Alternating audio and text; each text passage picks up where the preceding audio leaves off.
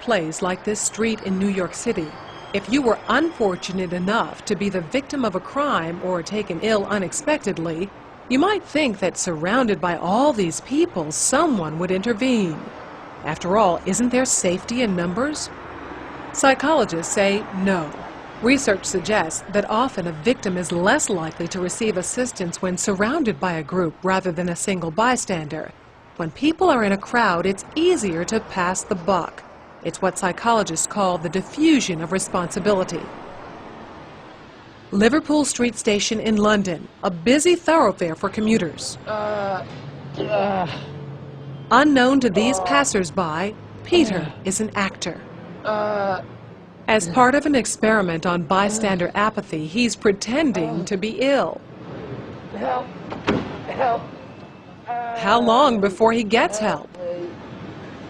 Please, somebody. Help. Help me, sir. Please help me. Helping would be inconvenient or even risky. He lies there for more than 20 minutes and no one raises an eyebrow. Please, somebody help me. It's always very distressing to watch situations like this where people are obviously suffering and no one's actually helping them. But what we have here is two conflicting rules. One is the rule that we ought to help, and the other is the rule that we ought to do what everybody else is doing.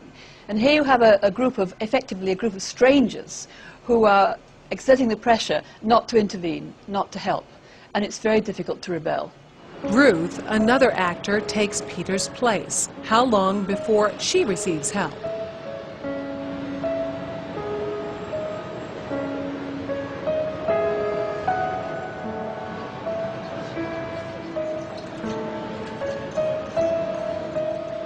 Four minutes later, and 34 people have passed without stopping. Well, people don't really want to know. They just haven't got the time. Well, they have got the time, they just don't want to get involved. Unwittingly, these strangers have silently formed a temporary group with a rule: don't get involved. They're afraid to stand out from the crowd and won't take action if no one else does. This woman has clearly spotted Ruth, but she conforms to the rule and does nothing.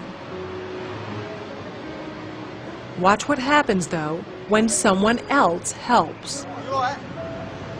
You alright? Yes, thank you. Sure, you look a bit clicky, you know what I mean? She suddenly finds herself in a different group with a new rule: to help. You want to sit up? Uh, You alright, yeah? What's wrong? First I thought she was dead.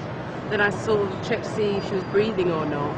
And I looked around and I couldn't believe that no one had noticed her, because there was a bloke sat there just absorbed in reading a newspaper.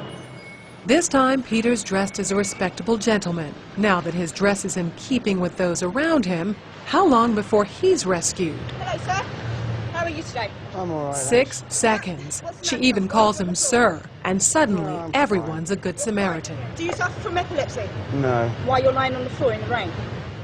Because he's part of the right group. Everyone wants to help. I would just hate to be in his position of feeling ill and nobody helping and walking past, so I'd just like to check that he was okay. And I thought, well, it's wet, so he must really be ill because he's going to ruin his suit anyway.